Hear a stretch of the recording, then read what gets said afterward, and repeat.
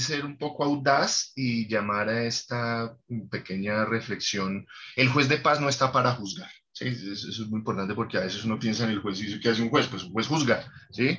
Y aquí pues yo quiero radicalmente decir que el juez de paz no está para juzgar. El juez de paz no juzga, ¿sí? Es curioso, es una resignificación de su término, de la expresión, seguramente es un ejercicio semántico que tenemos que generar también en las comunidades para que entiendan que el juez de paz no está para juzgar. En un ejercicio que yo hacía en días anteriores, les preguntaba a algunas personas en las redes que qué pensaban o qué se imaginaban cuando le hablaban de justicia, y todas las expresiones que la gente decía pues estaban muy enfocadas en una justicia que juzga, ¿no? Como que el veredicto, como que el inocente y el culpable, o sea, el término, la expresión justicia está mucho más enfocada, por lo menos en lo primero que le viene a la gente a la mente, en pensar una idea de una ecuación de suma cero en la que lo que el uno gana lo pierde el otro, ¿no? Esa desbalance, ese desequilibrio, pues parte fundamentalmente del lugar que tiene el operador de justicia en la construcción de decisiones. Por eso esta idea de juzgar me parece que es muy pesada, la idea del juicio, del juzgamiento, me parece muy densa y necesitaríamos un poco entrar a entenderla. Sin embargo, este no va a ser el espacio, simplemente dejemos eso para después, cuál es el alcance de la expresión juzgar, y más bien pensemos en lo que hace el juez de paz. Y el juez no juzga, lo que el juez debe hacer es implementar o poner en marcha un modelo de mediación restaurativa. Ustedes ya lo mencionaban hace un instante en el ejercicio de las mesas, y yo quiero sencillamente tratar de conectar esta idea de la mediación más como un proceso de comunicación. Ahorita vamos a hablar de eso. Lo segundo, sencillamente plantear que la intervención es mucho más que la audiencia de conciliación. A veces uno está tan en la lógica de lo judicial que piensa que la acción del juez se da en el marco de una audiencia, y en la audiencia pues se producen, digamos, unos momentos un poco restringidos, más pensado como en la idea de la audiencia judicial, y yo quisiera apostarle a una idea o a un posicionamiento político de que la intervención del juez de paz es mucho más amplia. Lo que ustedes han venido haciendo, jueces y juezas de generaciones anteriores, es mucho más amplio que lo que se hace solamente en el espacio de la audiencia. Vamos a ver precisamente cómo ocurre eso. Y la justicia de paz, sencillamente esta tercera idea, la justicia de paz como el núcleo esencial de la articulación y de la coordinación de los sistemas de justicia. Casi siempre que pensamos en el sistema de justicia ponemos en el centro la justicia ordinaria y alrededor un montón, orbitando un montón de actores. Y entonces aquí un poco la idea es darle la vuelta a ese modelo, y es pensar, no, la justicia comunitaria en su versión de justicia de paz como el núcleo central alrededor del cual orbita sobre la primera idea, el modelo como mediación restaurativa. Esta idea ya seguramente muchos y muchas de ustedes me la conocen, es un poco la presentación de unos modelos de administración de justicia o de intervención de la conflictividad. Aquí sencillamente cuatro ideas generales. La negociación propone un diálogo directo entre las partes, por eso se dan ustedes cuenta que aquí hay una flecha horizontal que lo que plantea sencillamente es que la comunicación fluye de una parte a la otra, y en este sentido pues la negociación como un método para gestionar el conflicto, pues este tiene un interés, este tiene otro interés, y entre ellos pues lo hablan horizontalmente. Eso es lo que siempre decimos, pero tenemos siempre un problema, y es que eso nunca es equilibrado. ¿Por qué? Porque siempre hay una parte que tiene más poder que la otra, y yo siempre suelo poner los ejemplos simpáticos y graciosos de que no es tan horizontal si yo trato de negociar con mi suegra, porque probablemente haya más poder en ella que en mí, y entonces pues no es tan equivalente el flujo de comunicación, o si yo voy a negociar con mi patrón, o si yo voy a negociar con el rico del pueblo, con el gamonal, hay desequilibrios de poder, y eso hace que la negociación nunca sea tan horizontal como lo plantea el modelo, siempre hay uno que tiene más poder que el otro. Por esa razón, el sistema de justicia se ha construido sobre la base de establecer un tercero que decide. ¿Por qué un tercero? Porque como los intereses y las relaciones de poder son disímiles entre las partes, pues se necesita alguien que de alguna manera logre nivelar esos desequilibrios de poder para que el uno no termine imponiéndose al otro con sus recursos mayores. Entonces, la idea de un tercero que decide, lo que plantea, es el modelo casi siempre de la justicia ordinaria, de la justicia formal, es que esas partes reciben la decisión que se toma del tercero. En ese orden de ideas, fíjense ustedes que el flujo de las flechitas es un flujo descendente, pero además es vertical, es decir, las partes no se comunican entre ellas. Yo demando, o sea, yo le digo a ese tercero que necesito que aquel me pague lo que me debe. Yo demando, y el otro lo que hace es darle traslado a la demanda y le dice, oiga, lo están demandando. ¿Quién? No, yo le voy a decir quién. Sí, todo se canaliza a través del tercero. Y si usted le quiere responder la demanda, no se la responde al directamente, la responde a través mío. Mándeme la contestación a mí, que yo le doy traslado y se la mando al otro. Y entonces el flujo siempre es hacia el juez, siempre es hacia el tercero. Las partes difícilmente tienen capacidad de establecer un flujo comunicativo. Y en este orden de ideas, cuando se produce la decisión, se produce es porque las partes le suministraron las pruebas para que el tercero las valorara. Él hace el ejercicio intelectual y luego les entrega una decisión. Entonces, ese es un modelo que lo que busca justamente es decir, oiga, mire, como la negociación no es tan equivalente, no es tan horizontal como parece, necesitamos a alguien que se ubique por encima de los intereses de las partes. Y ese tercero es el que les da la decisión. Ese es un modelo que llamamos adjudicatorio porque les adjudica, les entrega, les da la decisión a las partes. Está el otro modelo, que es el modelo de la mediación, en el que, entendiendo que existe este desequilibrio de poder entre las partes, sí se necesita de un tercero neutral, pero ese tercero no es el que toma la decisión. En la mediación, fíjense que aquí el flujo de comunicación en las flechas está, claro, del tercero hacia las partes, pero también de las partes. El tercero hacia las partes, ¿por qué? Porque necesita hacer preguntas, facilitar el espacio, promover el diálogo, para que las partes horizontalmente y ya con los controles que pone el tercero tengan la posibilidad de construir su decisión. Eso empodera a las partes, pero las empodera por igual, y el operador de justicia, en este caso el juez de paz, es un facilitador que desarrolla un ejercicio de mediación. ¿Por qué hablo entonces de este lugar de la mediación? Porque es muy importante que entendamos que el juez de paz principalmente no hace esto, no hace una decisión, no produce una decisión que le entrega a las partes, sino que principalmente es un facilitador. Solo eventualmente, y eso porque lo dice la ley, pero eventualmente, si las partes no lo, el juez tiene la posibilidad de decidir, pero claro, decide sobre la base de las normas de la comunidad. Pero entonces el que facilita un ejercicio de comunicación fluido, de interpretación, de construcción de significados comunes, y el éxito de un juez de paz no es ser un buen abogado, nunca. El éxito de un juez de paz es ser un buen comunicador. ¿Sí? Facilitar la comunicación. Si ustedes quisieran imaginarse una profesión con la cual se puede identificar un juez de paz, no es el abogado.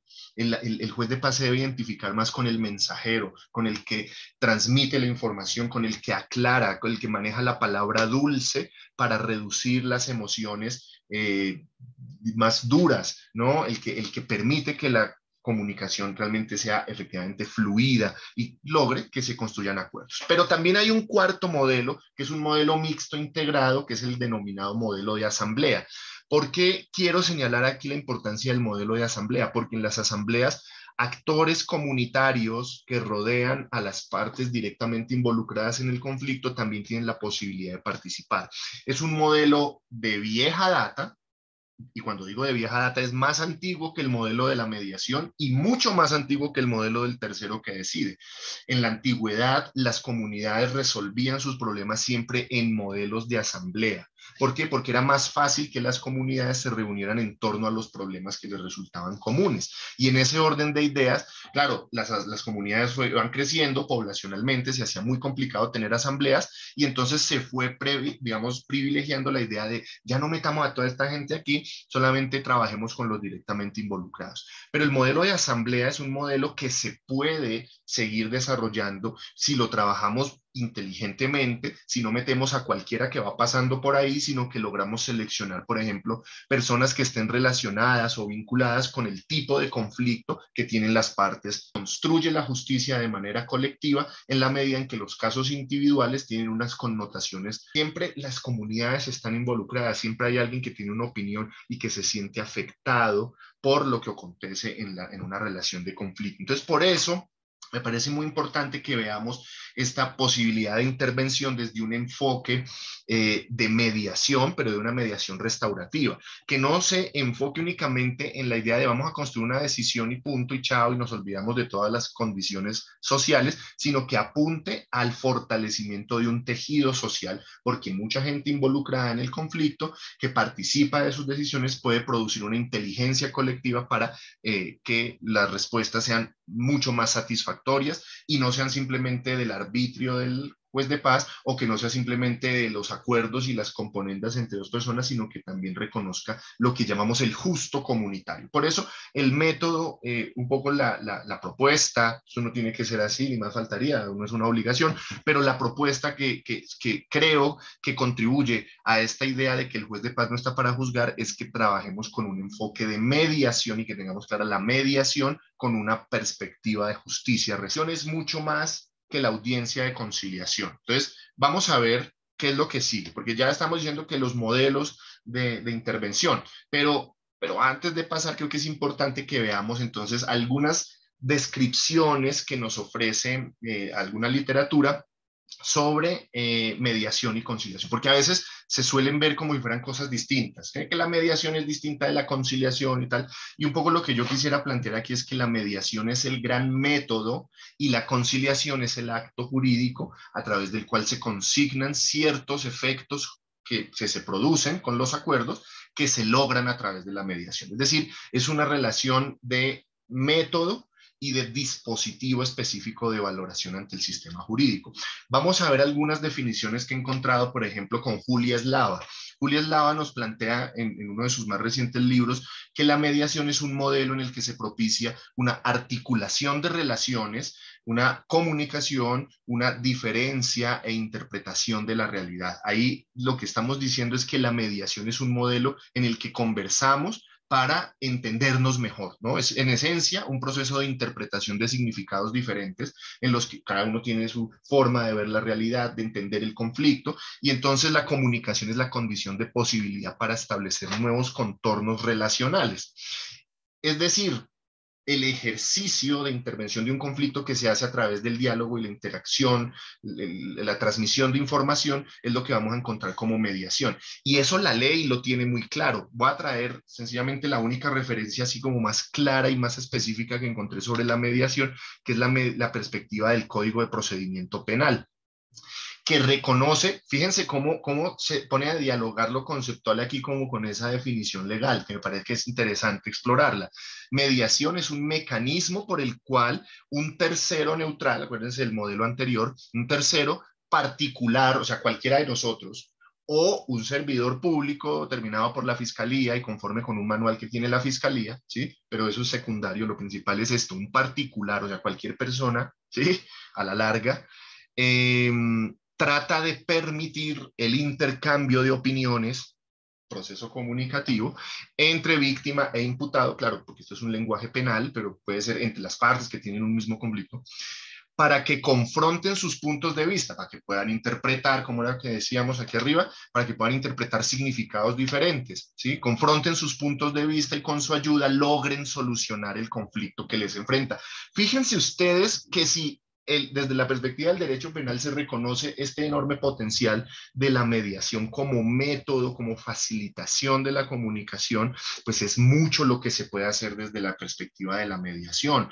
La mediación puede referirse, dice aquí esta definición, sobre reparación, restitución, resarcimiento de perjuicios, ¿sí? Pero también sobre hacer o no hacer determinada conducta, o sobre prestar servicios a la comunidad, sobre pedir disculpas o pedir perdón. Es decir, es una amplia gama de posibilidades.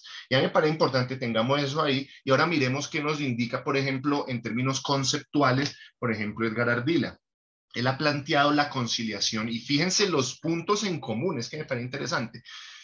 Una modalidad de administración de justicia comunitaria en equidad, creada por el Estado, claro, porque es a través de la ley 23 y de ahí para adelante y de la Constitución también, mediante el cual se establece una institución encargada de administrar justicia bajo ciertos procedimientos precisos y mínimas reglas en cuanto al contenido de las decisiones, ¿sí? Porque el contenido de las decisiones realmente es sobre la norma social, ¿sí? Se llama en equidad por cuanto las decisiones que se toman cuentan de manera predominante con la norma social, pero, vuelve y juega, enmarcada en un estatuto legal que las hace válidas, es decir, que escriban en un acta, que sean desistibles, transigibles, conciliables, etcétera, etcétera, etcétera. Pero fíjense que a la larga se trata de la construcción de acuerdos que se hace a través de reconocer las normas sociales, ¿cierto?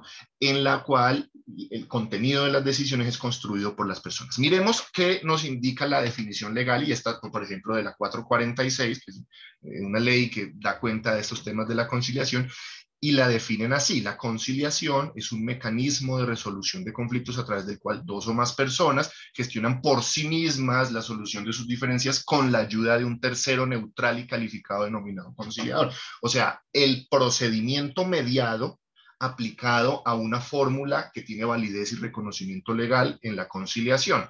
Y aquí dice: la conciliación será sobre todos los asuntos susceptibles de transacción, desistimiento y aquellos que expresamente determine la ley. Es decir, claro, usted puede hacer el acta de conciliación sobre esos elementos que son desistibles, transigibles, conciliables, o los que expresamente determine la ley. Sobre eso usted puede hacer el acta, pues usted puede comunicar a las personas y puede poner en diálogo a las personas sobre asuntos que no están en la ley. Simplemente, ¿qué es lo que hace? Que facilita, posibilita que se construyan acuerdos. ¿Sí? Solamente que usted no hace un acta. A lo que quiero señalar con eso es a lo que decía yo hace un rato sobre cuáles son esos intereses amparados o relevantes para el derecho y cuáles son los conflictos sociales que circulan en la realidad, en la cotidianidad de nuestra interacción. Entonces, el modelo es la mediación. Y el modelo se puede aplicar a casos de conciliación en estos temas. O sea, no estoy diciendo que es que vamos a ir en contra de la ley. Simplemente aplicamos la ley en aquello que sea conciliable, transigible y desistible. Pero esos otros aspectos, que no me miró, que no me quiere, que prefieren a mi hermano, que soy trabajador en ejercicio de prostitución y no me están pagando, todos esos elementos sí se pueden intervenir, y se pueden intervenir desde una perspectiva comunitaria, logrando que las partes construyan acuerdos. Y ahí echamos mano, por ejemplo, de estos modelos de intervención como la mediación, la asamblea, y eventualmente, si las partes no logran ponerse de acuerdo, el tercero que decide. Pero sí, el modelo puede ser de mediación y tener una orientación hacia producir efectos restaurativos. Ahora bien, que el juez de paz solo actúa en la audiencia de conciliación no es cierto, y ustedes lo saben muy bien. El juez de paz empieza desde el momento en el que conoce el caso. Empieza no con su competencia, empieza con su rol como mediador. Conoce el caso. Muchas veces las personas necesitan que su situación sea conocida, decirla, expresarla, y eso ya es una respuesta muy importante: conocer el caso, escuchar a las partes. ¿Cuántas veces las personas acuden a la justicia formal y ni siquiera son escuchadas? Acude porque hay un formato, llenaron un papel, ¿sí? Radicaron un papel, pero no son escuchadas. La justicia de paz ya de plano está garantizando que en el momento en el que se conoce el caso se puede empezar a escuchar a las partes. ¿Sí?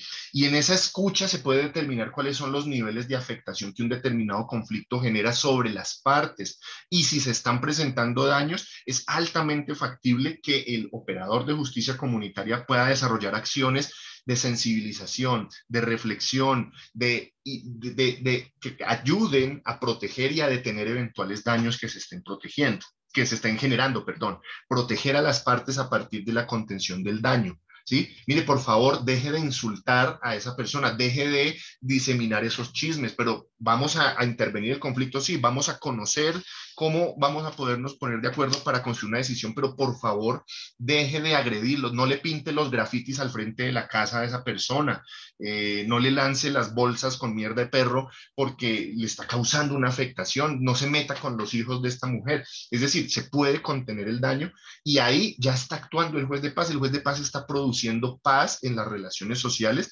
solo con esas tres cosas, y eso que ahí todavía no hemos activado la competencia y la jurisdicción. ¿Mm? Fíjense bien. ¿Por qué? Porque lo primero que tiene que hacer el juez de paz, y eso ya lo habían dicho ustedes también, es dar a conocer cuáles son las implicaciones, los alcances, que la gente tenga claro que si empiezan un conflicto en su tratamiento a través de la justicia de paz, luego a la mitad no pueden bajarse del bus y luego ir y decir: no, no, no, mire, yo no quiero seguir con esto, voy a ir a denunciar o a demandar. No, el caso que empieza tiene que terminar, son estas implicaciones, si se logra un acuerdo lo llevamos a un acta, todo eso hay que decirlo.